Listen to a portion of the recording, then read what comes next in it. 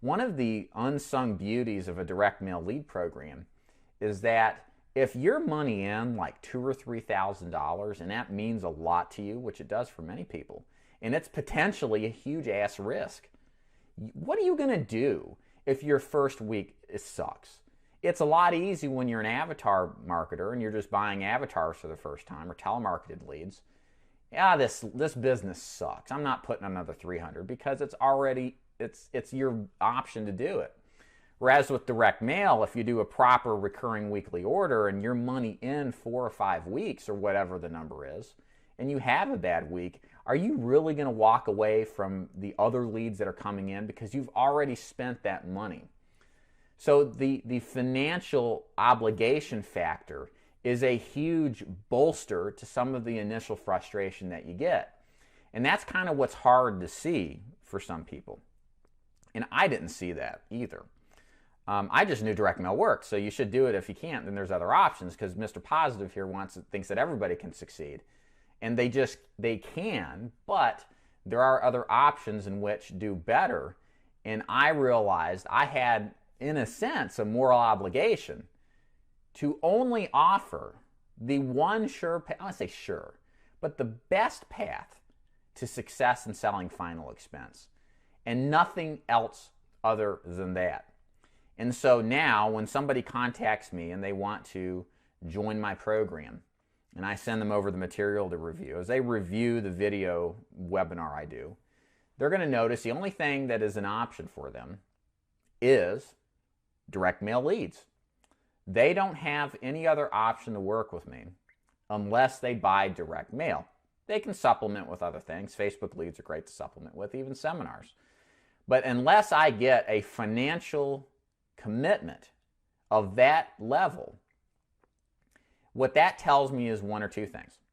Number one, it tells me that if they can't commit financially to some sort of direct mail program, which is going to be over $1,000 at a minimum, then they don't believe in themselves enough to do this, okay?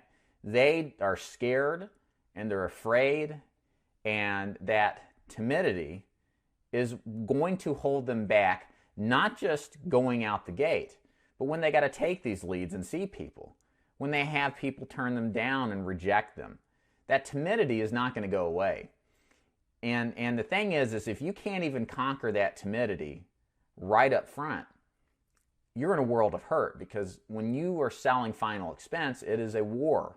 You're seeing prospects. You're selling a minority of them. You're getting turned down most of the time.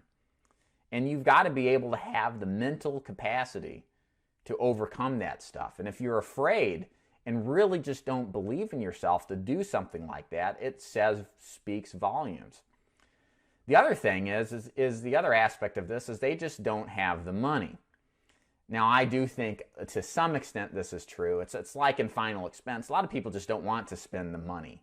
They want other options. They don't want to take that big risk, so they come up with these ideas that, oh, that's too expensive.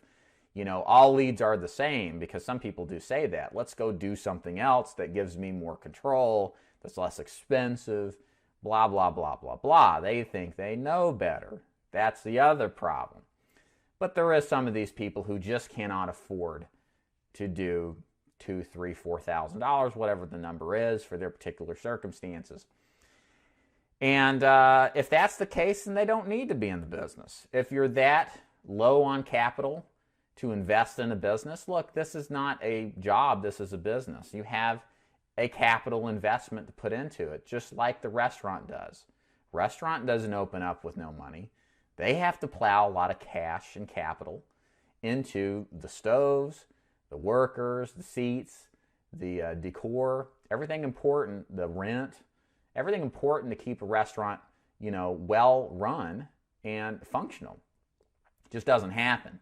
It takes a risk, and there's no guarantee either that plowing $50,000, $100,000 into a restaurant is going to be a guaranteed success either. But the risk is substantially higher. And if you can't do it, you just can't do it. You save your money up. You get a job somewhere else. You plow away into a side fund until you can do what you want to do. Such is the same with final expense. So, you can't afford to do the direct mail. Get a part-time job, man. There's no shame in that. Take the money you get from delivering pizzas or waiting tables or bartending or doing Uber, whatever. Set it aside for a couple of months. It just takes 2 or 3 months. The business is still going to be here. But do yourself a favor and do the business right.